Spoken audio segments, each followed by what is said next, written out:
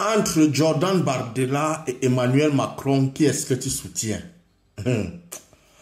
Parfois, j'entends les Africains parler de la politique. Je me demande si véritablement ils exploitent leur cerveau. Depuis un certain temps sur les réseaux sociaux, tu vas entendre tous les Africains, surtout de la diaspora, en train de dire anti-Bardella, anti-Bardella, anti-Bardella. Nous soutenons Macron. Ce sont les mêmes Africains qui sont en train de dire qu'ils soutiennent le Burkina.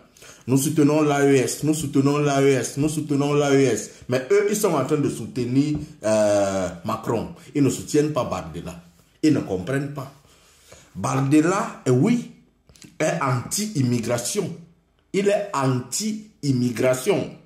Qu'est-ce que ça veut dire, être anti-immigration? Anti-immigration veut dire que, au lieu que vous venez dans nos pays, nous vous laissons en paix dans vos pays, vous habitez là-bas. Vous vivez là-bas, vous évoluez là-bas. Nous ne nous intéressons pas à vos choses, vous vivez calmement. Les pro-immigration veulent dire, vous venez dans nos pays, nous venons nous installer dans vos pays. On crée la guerre, on crée les mésententes. Vous fuyez vos pays, vous venez vous installer chez nous. Lorsqu'on parle de anti-immigration, sachez que ça veut dire anti-guerre. Laissez les pays dans leur gestion, laissez les pays libres, ne pas leur tourmenter. Immigration veut dire que s'intégrer et s'ingérer dans les problèmes des autres pays. L'autre, je vais vous prendre le cas de, comment on appelle encore le président américain, pas Joe Biden, celui qui est quitté avant lui là, vous connaissez le nom. Il est un anti-immigration. Qu'est-ce qu'il dit dans l'anti-immigration? Il dit que laissons les peuples chez eux.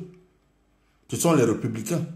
Il dit que laissons les peuples, Donald Trump, je veux dire. Il dit que laissons les peuples chez eux, évoluer chez eux et faisons les ententes avec eux. Faisons les échanges avec eux. Ne partons pas chez eux créer la guerre, la zizanie, pour qu'ils puissent fuir, ils viennent se retrouver chez nous.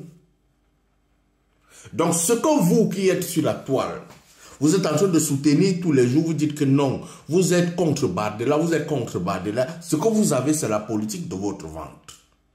Ce n'est pas la politique nationale, ce n'est pas la politique de soutien à l'Afrique. Parce que celui que vous voyez de Bardella, de Macron et l'autre qui vient de signer ensemble là, j'oublie son nom, qui était dernièrement au Sénégal. Si vous le comprenez très bien, il est le premier envoyé français au Sénégal. Et c'est lui qui vient de collaborer avec qui? Avec Emmanuel Macron. Vous comprenez donc que Emmanuel Macron et celui-là sont les néocolonialistes et on l'a envoyé en premier en France, au Sénégal, pour venir faire comme si il est trop l'ami du président français et son ami, son premier ministre. J'oublie déjà tous les noms là. Ça ne m'intéresse plus pratiquement. Donc, jeunes Africains, j'aimerais simplement vous faire comprendre que lorsque vous écoutez la politique avec l'esprit et non avec les oreilles. La politique ne se comprend pas avec les oreilles. Sinon, vous vous égarez énormément. Si moi, je peux conseiller aux Africains de soutenir quelqu'un, c'est Bardella.